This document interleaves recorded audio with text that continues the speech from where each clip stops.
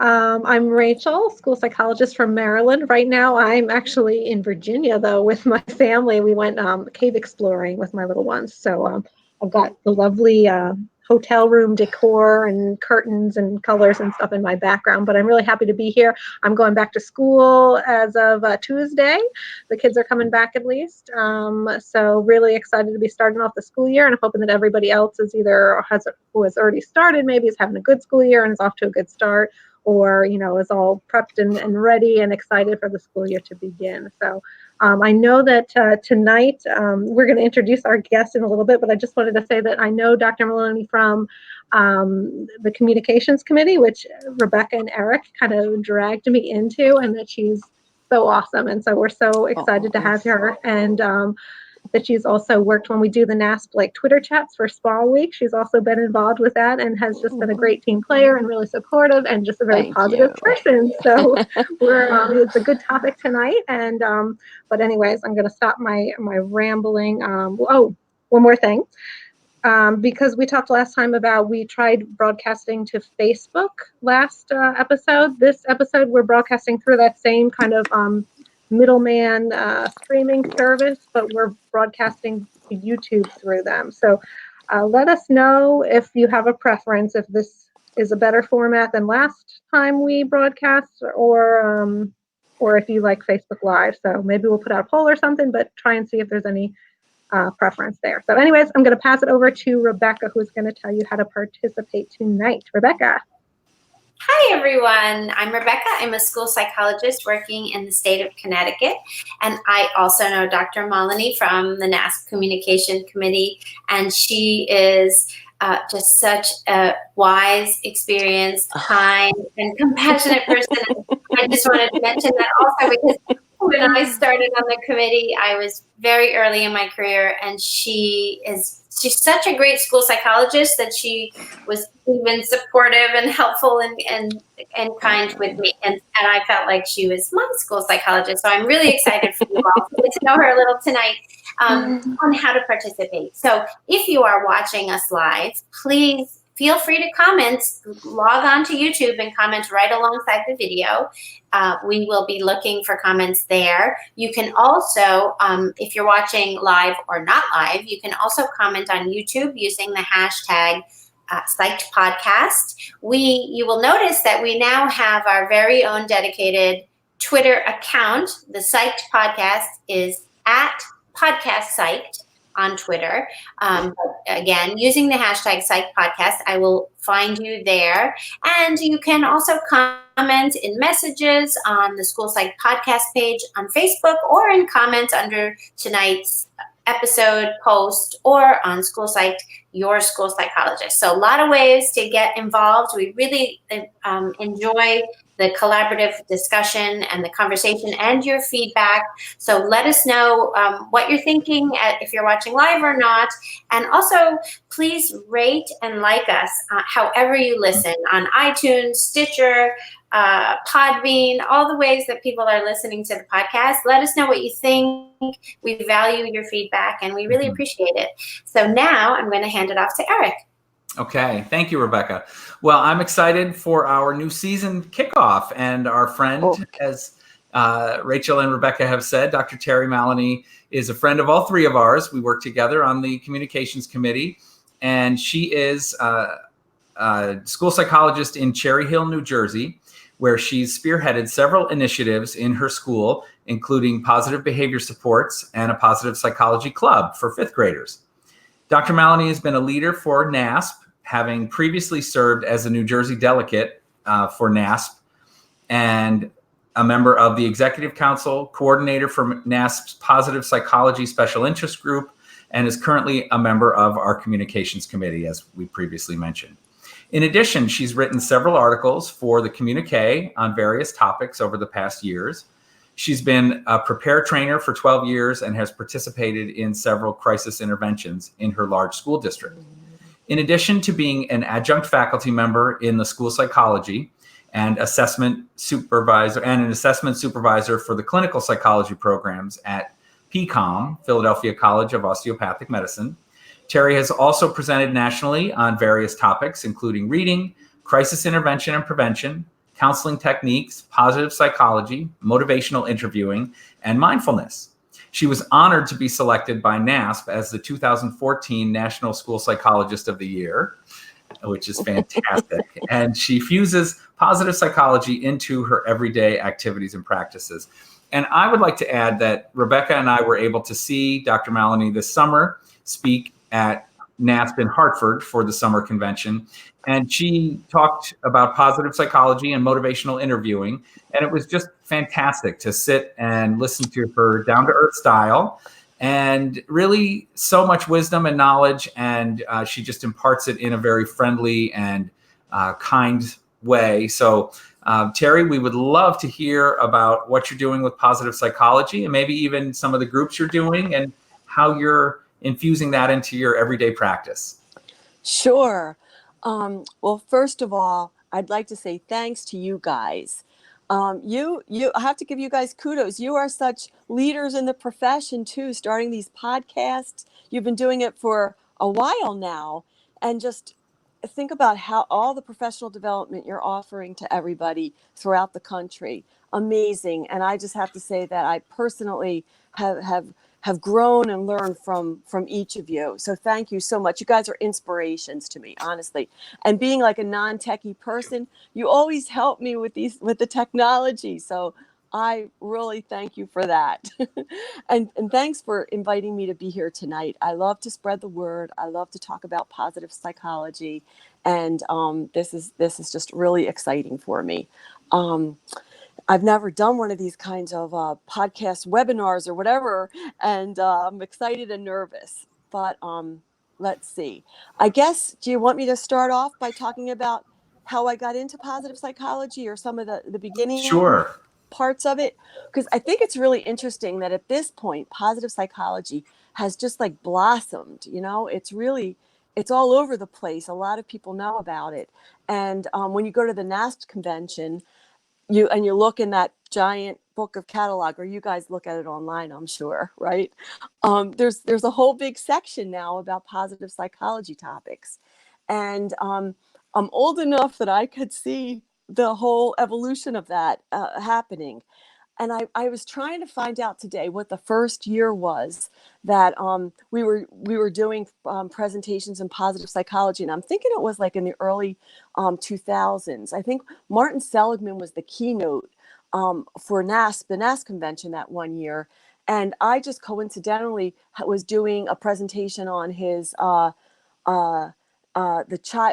the optimistic child. And I called my first presentation Optimistic Teachers, Optimistic Classrooms. And I was doing a lot of reading about positive psychology. I was getting my doctorate at PCOM, and I kept on changing my dissertation topic. And then I was like, oh my goodness, why would I do my dissertation on something depressing and boring? I'm going to do it on positive psychology. And it was just so much fun, because as I read about positive psychology, I was like, this is how I really think. Like, this just kind of is how I approach the world. And I know from conversations with Rebecca that you kind of share that too, right, Rebecca? Were you going to say something? Yeah, she's muted. I'm sorry. I know. I was checking for everybody's comments, but yes, absolutely. I have such an interest in positive psychology, because I just like the shift in how we're looking at people and kids, especially, that we're looking for strengths, and we're looking for what's working well, and we're looking for how to be as healthy and as well as we can. So yeah, I share the interest. Absolutely. And I share a love for Dr. Seligman, for sure. Yeah, and you have a lot of knowledge about that too. But so I did my dissertation on it, and part of my dissertation was doing presentations for parents and teachers and teaching them some skills in positive psychology. And then that kind of evolved into the research was there for adults, like what you could do with adults to teach them strategies of positive psychology. So I always had interns, and we tried to, like I say, kidify the clinical research with adults, and so develop some activities for kids to use in school. And I want to talk about those a little bit, but I just want to kind of share a story too, that it kind of happened when I would do presentations. A lot of times people would ask questions like, can you really use positive psychology when you have a real problem in front of you? Or is it just sort of ignoring problems and thinking cheery thoughts and kind of like being a cheerleader? Supposing you have like a really big problem, how can you use positive psychology then? And I always felt like I gave like a simplistic answer. And, people who practice positive psychology really have had bad things happen to them in their lives. So probably they have used the strategies to get past those problems. But something happened in 2014 and 15 for me that really made me become stronger in my positive psychology thinking and beliefs, but actually made me, initially I felt like I was a positive psychology fraud. It kind of happened at the end of 2014 that my district suddenly told me I could no longer go to NASP conventions. They wouldn't give me professional days. And I was so angry about that. And then they also told me, actually, it was the year I won the School Psychologist of the Year award, that they were so proud of me for winning it. So they were going to give me more work to do because I could do even more work.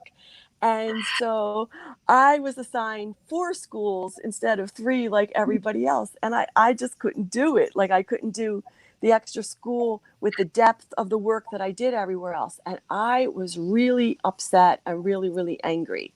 And my kids came home that Christmas, adult kids, and they're like, "Mom, are you okay? Like, you're just not yourself." And I was like, "Oh, I just can't seem to get past this anger, And lo and behold, I got sick in January of 2015.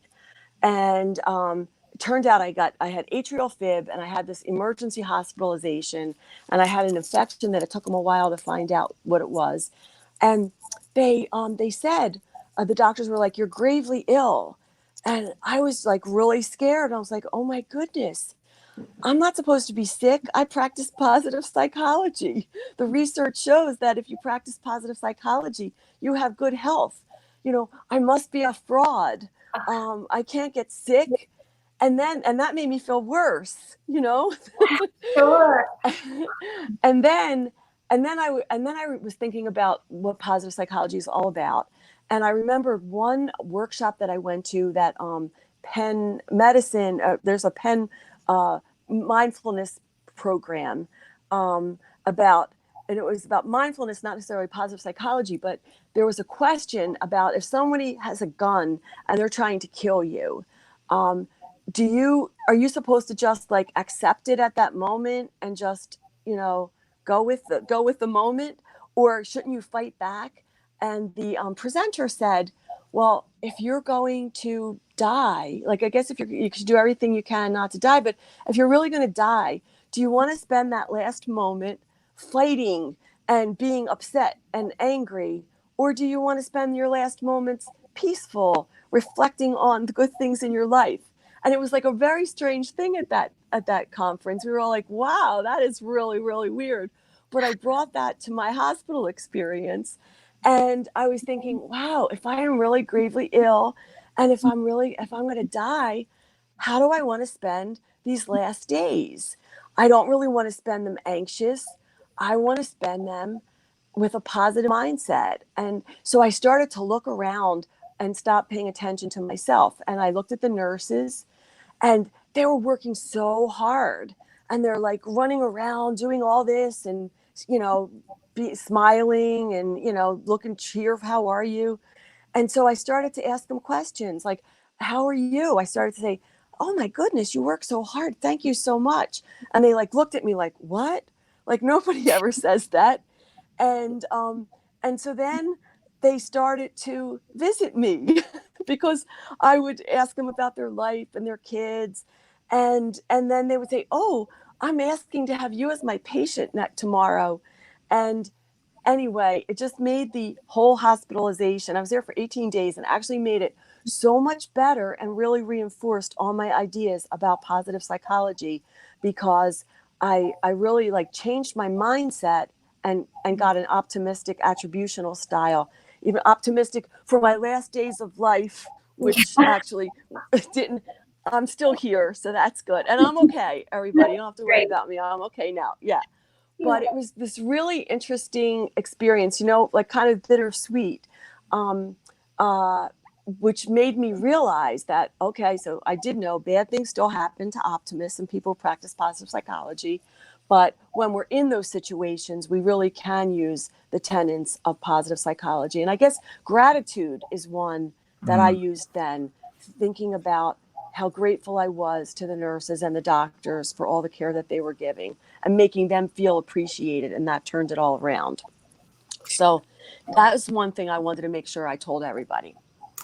Wow. I think you bring up a really good point, Terry, that perhaps our expectations can sometimes be that if we have a positive mindset, everything's always going to be perfect. And we really can set ourselves up for failure then, because life, of course, has its challenges regardless of our mindset. It's just how we get through them. Right. And I think a criticism that I hear often of what people think of positive psychology, they think of it as positive thinking. Mm-hmm. And I do think there's an important distinction. It's not necessarily, it's not taking a negative thing and trying to fix it in a positive box. It's just realistic thinking. So when you're sick and you're in the hospital and nurses are taking care of you, you can either, be miserable and focus on the anger and the worry and the suffering, or you can make connections with the nurses. And so it's more realistic, because you're there, you're getting care, and you're just trying to see the best of the moments that you can. So I think that's a great example of how having a positive mindset isn't tricking yourself into unrealistically optimistic. It's just focusing on what's going well and what's wonderful about a moment. Mm-hmm. That's exactly right. Yeah. And Dan Gilbert, in his book, like Stumbling on Happiness, talks about those kinds of ideas where when we're in like a negative situation, we should be aware of where we're putting our focus, because there's probably things that are present that we're not seeing because of our negative focus. So, yeah, Rebecca, when you said that about criticism about positive psychology, that, and Eric, what you said too, is really true. People think, I don't believe in positive psychology because I feel bad right now. Right. And so that means I'm not doing what I'm supposed to be doing to be a positive person. And so then there's something bigger wrong with me. Yeah. Right. So that is a big point, that, it's not the situations in your life that happen to you. It's that determine how you're going to interact. It's how you think about them. And that brings me to one of the positive psychology activities that we did, which was about optimism. I have a little tickle. I'm so sorry. I have allergies, so I'm just going to take a little sip before I do that. Absolutely. I want to say too, while you're taking a little break. Oh, good. I'll take a bigger sip then. Yeah, you're good. It's comforting. I like kind of a little bit of the discussion about, there's some things that are out of our control, and to spend a lot of time kind of worrying or focusing on these things that are out of, there's something that is in your control. Even something I tell students sometimes about, like studying for a test, like, you can study, you can prepare, like you need to do certain things to get yourself organized and get yourself in a good place. But at the end of the day, the night before the test, there's only so much time, it's out of your control. There's no point in laying in your bed and thinking about the test and not going to sleep and whirling your mind all up. Some things, you have to kind of let it go and just say, okay, this is it. This is the situation. There's no point in freaking myself out. Let me spend, let me focus on other things, or have that more positive focus. And I think that it's a little bit, of kind of a relief or a release or something, to say, okay, I'm to the point now where, there's no point in being negative. I like that. That's right. And actually those were some other strategies we used in our positive psychology club about positive affect and test taking. So okay, well, right now I've just started to work in the preschool. So I'm not really doing too much positive psychology work in the preschool. Who knows? We'll see how I can infuse it there. But for the past many years, 15 years, I was in elementary school. And I had a traditional school psychology job where I did, assessments and IEP writing and meetings and troubleshooting. And I really didn't have time to do counseling on an ongoing basis. But I always was interested in connecting with the kids. And so every year I would find some kids to kind of work with intermittently through the year. And that's kind of how the Positive Psychology Club started. There was a student that I was working with a little bit, and I kind of wanted to get him involved with more kids and more social things. So I said, hey, I want to start a Positive Psychology Club. Do you want to help me do that? And we invited kids to it. And it was just during lunchtime. It was actually kind of loose. It wasn't necessarily every week. I couldn't do it necessarily every week. Sometimes I could, sometimes I couldn't. Sometimes we did it twice a week, and then not for 3 weeks. But we developed this a club. A few years we had this sort of a formal club. Other years I just do these strategies with kids individually, or kind of whenever we can do them. And it's not things that you have to do in order. It are things that you can just do now and then. And it's kind of if you learn about positive psychology, and if it's in your way of thinking, you're just going to be able to use it day to day. When you're talking with a kid, you're just going to be able to pull a strategy out and use it at that moment. And Rebecca, you're nodding your head because you know what I mean. When you live positive psychology, that's how it works. But for the club, we did some activities, and so we based it on some of the themes that I thought were important in positive psychology. For instance, positive affect. That is being in a positive mental state and trying to focus on things that are positive as opposed to dwelling on the negative. And there's a lot of research that shows when people have positive affect, that they actually can increase their attention and solve problems in more creative ways. And this is kind of interesting with the research. There have been a whole bunch of different replications of studies like this where they put people in a good mood either by having them watch a happy video clip like Happy Feet, or they give them a candy bar when they sign in. That's how they get the positive affect.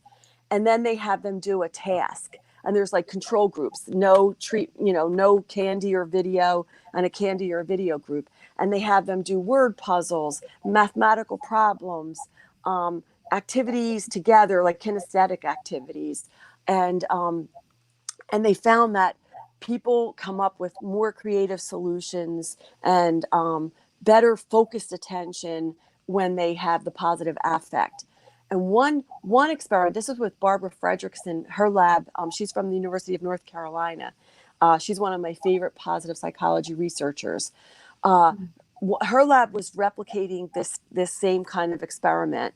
And all of a sudden, it did not work. The people in the candy bar group did not do better than the other people in the no candy bar group. And they were like, what is this? I don't understand. This always is replicated correctly. So they debriefed the group in the candy bar group. And it turns out the candy bar group, they were suspicious. The person who gave them out the candy bar did it in a way of ooh, is this candy bar really? Is there something in it? Is this what the experiment is about? So they did not have positive affect. And in fact, they had more negative affect than the control group, and the study didn't work, which is kind of funny. So that would totally be me. I would be the suspicious one. I'm skeptical of everything. But all the other times, the groups weren't suspicious. I think it was the way the person gave, and here's your candy bar, something like that. I don't know. That's really funny. Yeah. So we try to talk about the positive affect to the students, and try to get them in, thinking about what made them be in a good mood. And that was like some self-awareness, some self-reflection, thinking about, what makes them happy. And when we talked about it, it was things like, spending time with their family, doing things with their friends, being involved in sports and those kinds of things. And then we tried to, we did these things, which was one of my favorite things, positivity portfolios. Have any of you ever heard of positivity portfolios? So if you Google them, I guarantee you will be like, oh my gosh, this is really weird. This sounds really hokey, but just let me explain it. We had the kids make little, like I actually have mine here. I brought mine to show you guys, to make a little bag thing, or you can do it virtually on your phone. And the idea is that you would gather these items that make you feel happy. And you could do them, you could have a whole bunch of them for different positive emotions, like love, just happiness, friendship, curiosity, whatever. Or you can have one. And then when you're starting to feel stressed, you pull out your positivity portfolio and you take each item out and you feel those feelings that you had when you put the thing in, because you chose it, because it elicited some really great positive feelings. And we had the kids do this before they took tests. So Rachel, this is kind of getting to one long story to get to your comment. Before they took tests. And I don't have research on it, but they definitely reported that they were like more relaxed taking the tests. And I did postdoc hours at PCOM after I got my doctorate degree, and I had a student who was a medical student who had failed the licensure step 4 times. So PCOM's a DO school, and there's like 4 steps that you have to take: a test, step 1, step 2, step 3, step 4. And she had to take the steps like 3 or 4 times before she passed them. And you might say, do I want a doctor that can't take these tests? But she actually really knew the stuff. She would just become really anxious about the test. And she passed, like on one of these things, there's maybe 5 different sections. She would pass 4 out of the 5 each time, but always get a different one that she didn't pass. So she was African American, and as we went through counseling, she began to tell me that she felt that people thought she really shouldn't have gone to med school because she was a minority, and that people were like, you're just here because of affirmative action. She started to like open up and share this. And I always forget the name of it. What is it called? A stereotype bias research. There's Stereotype threat. Mm-hmm. Yes. There's research that shows that if people from minorities check their ethnic box before they take like the GREs or something, they do worse in them than if they don't check that box, then they check it at the end. So as I talked to her, I began to feel that maybe this was part of her problem. And I wanted her to, I was like trying to come up with something to help her, because she had failed this test. I think it was the 3rd step, 4 times. And it's like $1,000 each to take this test. So I was like, let's do a positivity portfolio. And she's like, what? And I explained the idea about a positivity portfolio. And at first I said, let's do it for pride. And that was not a culturally competent word to use, because she said, don't want to be prideful. That's really something that my religion teaches me not to be. And so then we talked some more, and I was like, how about confidence? Let's make this a positivity portfolio about confidence. And so I told her to look back at her elementary, high school, and medical school, and make a little bag with things that made her feel confident, like that showed when she did difficult things, she overcame obstacles. So she came in the next week with her bag, and she was telling me about each of these things. And I could see that as she was telling me, her confidence was growing. I seriously, I could cry every time I think of this story. She was just like, you can just see that she felt better and better about it. And then so I gave her an assignment to do this every day, or a few times a week before the test, for like spend 5 minutes looking at this. And then she came in before the test and she's like, I don't feel really nervous right now. That's weird. I'm not sure I like this. And I was like, well, let's see what happens. Well, long story, believe it or not, she did pass the step test. And I said to her, so what do you think made the difference? And she said, that thing you made me make. She goes, I hate to say it, because she was not really a cooperative counseling person. We had a great relationship over the few months, but she was like a tough cookie to crack, So I just was going to show you my positivity portfolio, one of them, just so that you can see an example. We had the kids do these. Yeah. So this is a book. Whoops. I got to go the other way. Can you see it? The 5 Little Peppers. When I was a little kid, this was a book. I read the series and it was really fun to read. So when I look at this book, I think about my childhood memories and, those kinds of happy things. This is a little magnet from Puerto Rico. When I visited my school psychology friends in Puerto Rico. And when I look at this, I think about the beautiful, beautiful island and my wonderful friends. They were so hospitable. And this is a picture of my mom, and she's deceased now. Whoops. Am I going the right way? Yes. I have to go the opposite way to the way I think. That's got to be a metaphor for life. Yeah, there you go. This is, my daughter used to make these little drawings. This is Strawberry. Cute. How's the hair? Yeah. So it's just, this was my son when he was in 3rd grade. He wrote about mutual funds. He's a Silicon Valley entrepreneur now. So those are just some things that are in one of my positivity portfolio bags. And so when I look at those things, it just really makes me feel happy, loved, whatever is that bag is all about. And we had the kids do that before they took some tests. And in fact, and again, it's not research. We had the whole 5th grade do that before the high stakes test in New Jersey. It was in New Jersey Park.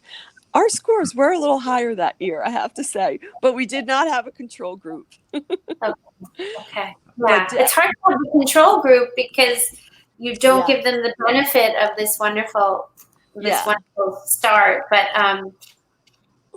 But that's so powerful. I like that so much, and I really want to make my own positivity bag right now. Yeah. It's so sentimental, and it's just wonderful. Just seeing yours makes me feel good. Oh, right. Well, that's another thing about the positivity is that when you share positive things with other people, they respond in positive ways, which then makes them happier, have more positive affect, and then makes you have more positive affect. Yeah. Which is sort of what gratitude is about. So Thanksgiving time is a really great time. November is a really great time to do gratitude activities with our Positive Psychology Club. We did those. And this was my favorite gratitude thing. This was, you didn't know this was going to be show and tell, right? This was a stole of gratitude. It's when my son graduated from college, they gave these to the students and they said, give this to the person that you are most grateful to in your life. And so the graduates, came out, the parents were there to greet them. And my son walks up to me and says, Mom, I'm so grateful to you. I would love you to have this stole of gratitude. And then it was really sweet after the graduation, as all the families were walking around, you saw parents with the stoles of gratitude and we'd smile at each other. Like, isn't that wonderful? We actually had the kids make these for their parents one year. We bought red felt and cut them out like stoles and the kids gave them to their parents. But that was a really like a special thing for them to think about, like who they were grateful to and what made them so grateful. I think a lot of people know about gratitude activities, you know, and like all like the gratitude letters. Some of our kids wrote gratitude letters to bus drivers. That was really, really sweet. The bus drivers feel really unappreciated sometimes, you know. So those were some of the activities we did with that.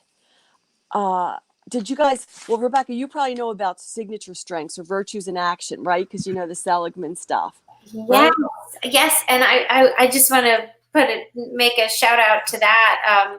So the VIA survey is online. You can, I believe it's viasurvey.org, but if you Google VIA survey, it is a free, takes about 15 minutes once you register. And I believe you can do it from 10 years old to 99. And they have collected so many results now that it is really, it has a really strong evidence basis. And so what they do, the VIA survey, it's based on Martin Seligman's giant tome called Character, Strengths, and Virtues. And what he did with some colleagues is survey all different cultures, all different languages, and found out that of all cultures and languages, there are 24 human virtues and character strengths that universally we appreciate as human beings as being valuable and as evidence of mental wellness and psychological health. And so by taking the VIA survey, you just answer questions, and at the end it tells you your personal character strengths in order. And it was such a powerful exercise. I did it for myself, I did it for my all 4 of my children and my husband, and it was just a wonderful way to discuss, you know, what we value and what we believe in. And I will tell you also, my number 1 character strength was bravery. And it really, because I constantly feel a little nervous, you know, like I'm constantly doing the thing that I'm not sure that I can do. And when I took that test and I got that result, I thought, well, yes, I am brave because I'm worried, because I'm scared, and it doesn't stop me. And so just reframing myself with this vision of I am a brave person. It's okay that I feel scared was so powerful and helpful to everything. And so I recommend that everyone take the survey, and then once you do, tell us your top 3 strengths. I'm really interested. And it's a great thing to do and a great conversation starter with friends and family. Yeah. You know, I think you do have a lot of bravery or courage. Just because you get nervous doesn't mean you're not brave. It's like if you do what you are afraid to do, you're still brave. Yeah. That is so great.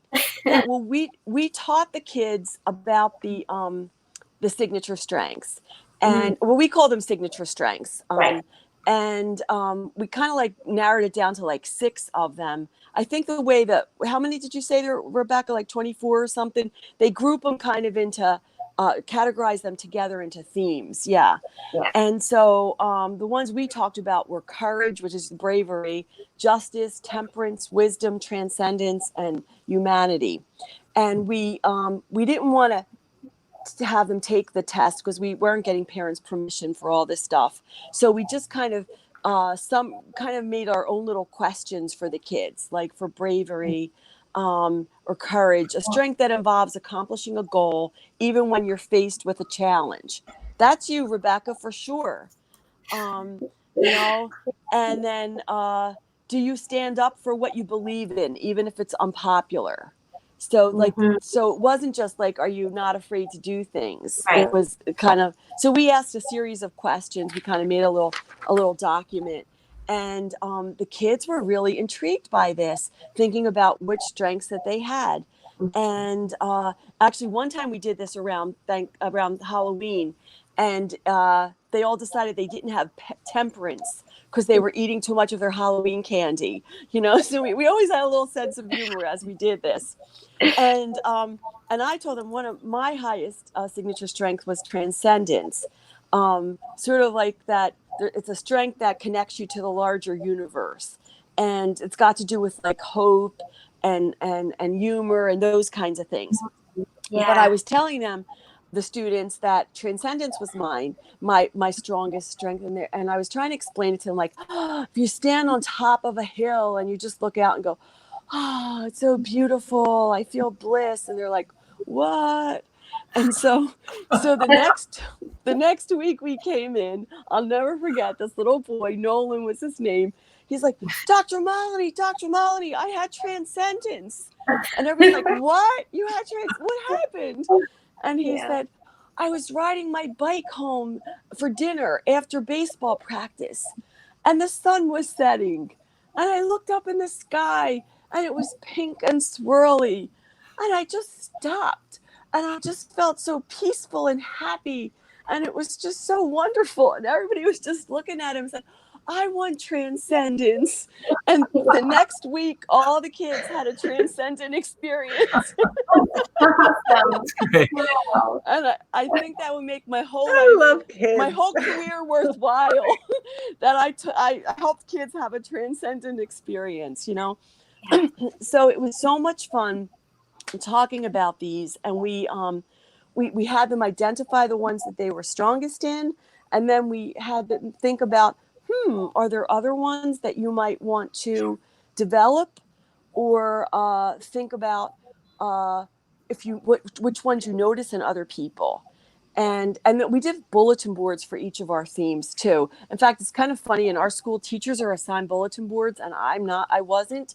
So the teachers would love it. I would offer to do a bulletin board in different sections with like a positive psychology thing.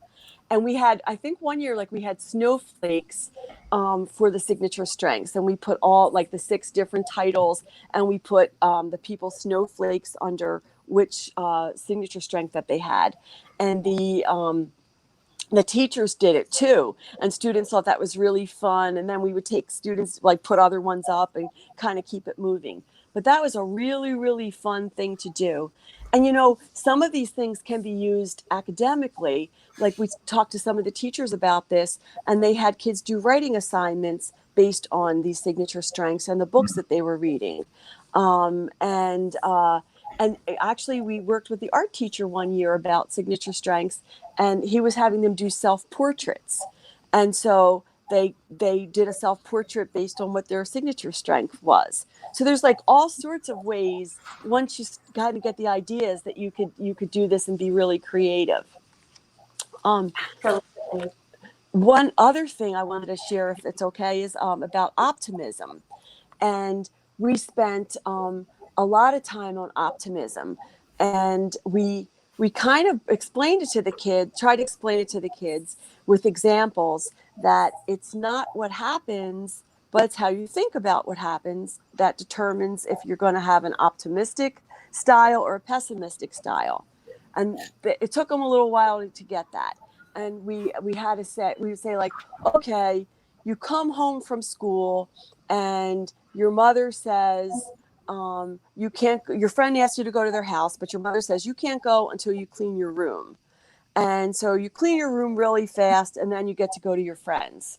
But you were like you were disappointed you didn't go right away, but you got to go.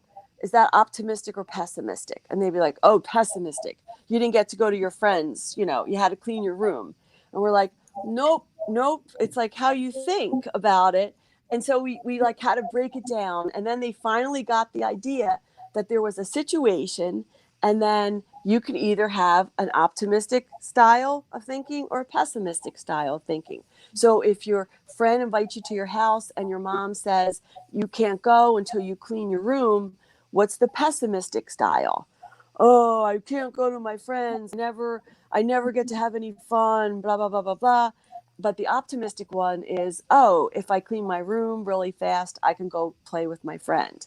And we showed them like these styles that if people say always and never, that's usually like sort of a negative and a pessimistic style, where pessimists think that bad things happen to them all the time in all aspects of their life, whereas optimists think that bad things happen to them once in a while, and just at that time. So So it was so much fun. We had we did role plays. We did like thumbs up, or is that optimistic or pessimistic? Thumbs up, thumbs down. And then we did role plays, and then we had them make up the scenarios, so what would be the optimistic attribution? What would be the pessimistic? And my favorite real life example of this was this little boy who did have some behavior problems. He was kind of impulsive, and he would get kind of angry quick. One day he dropped his lunch, and everything fell out of it. And I think something might have spilled. And so his teacher said to me, I can't believe it. He didn't get mad. It was really cool about it. And I was like, oh, that's great. And then the kid saw me a couple of days later, and he said, Dr. Molony, I was an optimist. And I was like, oh, what happened? And he said, I dropped my lunch, and I was so mad I was going to throw something because I spilled my whatever. And then I thought to myself, oh, I won't be able to go to recess if I throw that.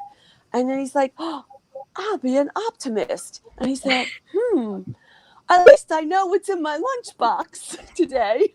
At least I know what I'm going to have for lunch. And so I'm like, that is so great. And so he didn't get upset. He didn't get in trouble. And he felt pretty good that he knew what he could look forward to for lunch. So I really think that it's really gratifying that we can teach this to kids, and they can definitely think about it.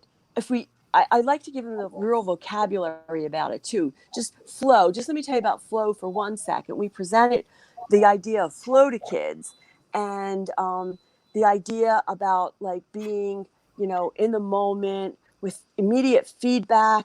There's a challenge, but it's interesting, and you have the skills to do it. What does that sound like anyway? Video games, right? Not homework. But we talked about this, and I actually have this little graphic that shows it, and the kids weren't really getting it, what being in the flow meant. And this one little boy who was, he was actually the one that was in special education, so he kind of did the worst in school than the others, but he got the idea. And he said, wait a second, I think I know what you mean.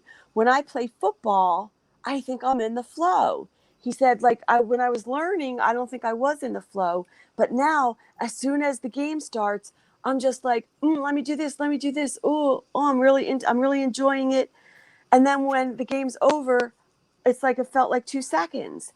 And everybody looked at him and said, oh, that's what it means.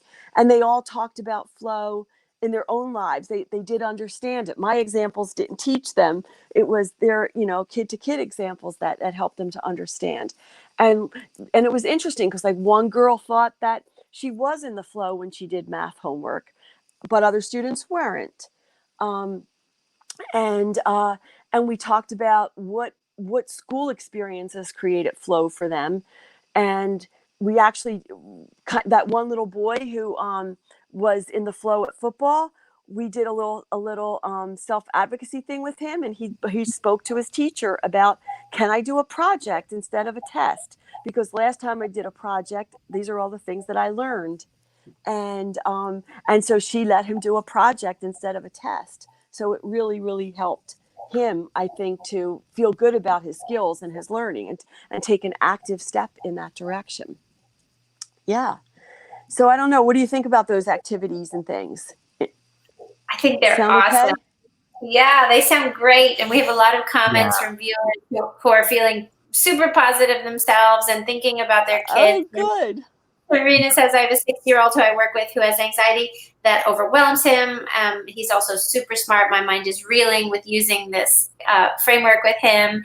And I was thinking, as you were talking, Terry, it's such a great sort of easy framework to teach kids about cognitive distortions for those of us who use the CBT framework, to teach them about not falling into those thinking traps of negative filter, black and white thinking, over generalization. And it's just simple. It's either optimistic or pessimistic. So I just love what you're saying, and I think it's so powerful. And if we can get kids to to catch their negativity, to catch their distorted thinking, and shift to a more realistic, more positive thought, how powerful that could be for whatever they want to tackle, for whatever goals they have. Mm-hmm.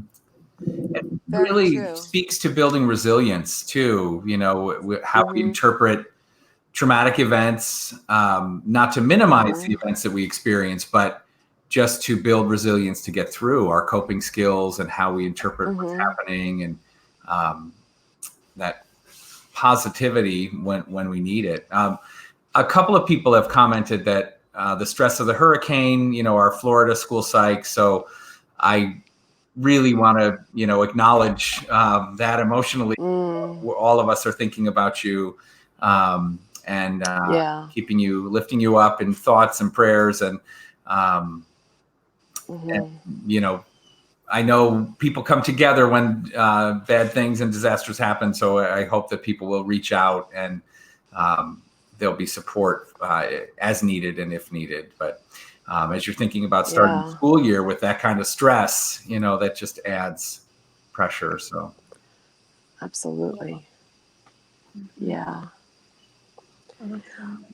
So I guess just to kind of pull it together, I don't know that I think that all of the ideas about positive psychology are like totally new or revolutionary. They're all sort of related to, you know, aspects of resiliency, you know, mindfulness, CBT. But I love it. I feel like that it comes at it from a different way. And everybody might have things like a positivity portfolio, like memory boxes, or you look at pictures and it makes you feel good. But I think that the suggestion from positive psychology is to just like pay attention to doing that a little bit more, and to like pull it out, that positivity portfolio, when you need it, and not just kind of be aware that you have like pictures that make you happy. Right? You know what I mean? Like it's active. Yes. Yeah. For sure. Yeah. And I did want to also mention that for anyone interested in checking out the VIA survey, I posted the link in the YouTube chat. I will post it under comments on the Facebook page under this broadcast. But you can also set up an educator page and share with your parents links to your page, so that when parents set their child up for taking the survey, you get the results and you can work on them in school. So it's very user friendly for educators, for teachers, or school psychologists. And I did it with sixth graders once, and it was just wonderful. So I want to mention that. Very cool. Let's see. So we're short on time. So any last questions, if you guys can post them. I've also wanted to try something different. I was fooling with the side here. Our little streaming platform allows me to kind of project, I think, some of the comments. So I was thinking we have a lot of nice positive comments, and so I'm gonna like project some of them up here, and we'll see how that, if I can do that correctly. But and maybe I'll read them out too for. And like, well, you know, Rachel says, you know, thank you all. I'll be putting together my positive bag, great strategy. So that was a good one. You had people just saying that your story was, you know, sweet and powerful. So that's good. So thank you for the comments, guys. Yes, thank you. You know, just people saying it's fabulous. That's my friend John Listino. Hey, John. So yeah, people are just really excited for this, and I thought that would be you know, cool to highlight some of that. I think that people are connecting with what you have to say, and are going to take some of this with them and really start to use some of the stuff. Great. And you know, a lot of the things that you talked about, I wouldn't have said before that I practiced positive psychology or try and impart that on other people, but I'm like, oh yeah, I do that. Oh yeah, so it makes me feel better that I'm a little bit more of a positive person than I thought I was. See that? Yes, you probably are. You know, we knew that, just Rachel. a couple of it's hanging out with a bunch of you. It's contagious. It really is. You know what? I was just thinking about a couple of resources too. There's a positivity index, which is a kind of interesting survey to take. It's by Barbara Fredrickson, and it's like dynamic. You can take it like as often as you want, and it tells you. So the suggestion is you're supposed to have a ratio of a 3-to-1 ratio of positive to negative events in a given day, and you can take that regularly. It's online to see how it's going for you. A couple of really good websites, I think, are the Greater Good Science Center. I think it's the University of California at Berkeley. That's really good. And I really think that, Rick Hansen? He's also from California. He has a lot of good information, and he has this thing. I get an email every so often. What's it called? Just one moment or something like that. And he gives you like a little something to think about that day. I think that those are really good resources. And you know what? Years ago, one of my fabulous interns, Maureen Henwood, and I published a whole bunch of activities in the Communiqué about positive psychology activities. So if you go to the NASP website and you go to the Communiqué and Google my name, there's a whole lot of different things that come up for all these different themes I've talked about today. That's awesome. I want to refer people to a previous podcast. We had a podcast with Scott Barry Kaufman, Dr. Scott Barry Kaufman. He is currently at Barnard College, but he was at UPenn then, and we talked a lot about positive psychology in that episode. So if you're interested in this topic, please refer back to that one as well. Yeah. Awesome. Good. All right. Thanks, everybody. I want to point out before we close out that our next episode looks like it's next week. We are, I guess, overachievers. Look at that. With Dr. Lisa Kelly Vance. So super excited for that one as well. And the topic's going to be self-care. So that might be a good topic to hit at the start of the year, and following our positive. Yeah. So I like that. Yeah. So. Thank you guys so much for having me here. I really appreciate it. And thank you for everyone out there in internet land who's listening. I really, really appreciate it. Anybody who wants to email me any thoughts or questions, teravid@yahoo.com, teravid@yahoo.com. Okay. Awesome. Thank you for coming with us. We're thankful to you. Yeah. Absolutely. Yeah. Okay. Good night, right. everybody. Enjoy your school year, but we'll be back next week. Yes. Yeah. Good luck to everybody. Good luck, everyone.